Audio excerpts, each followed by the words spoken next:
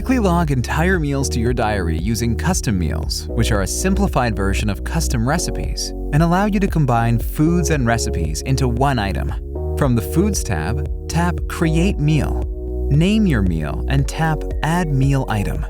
Search for a food, or custom recipe. Enter the serving size and tap Add to Meal. Review and tap Save Meal.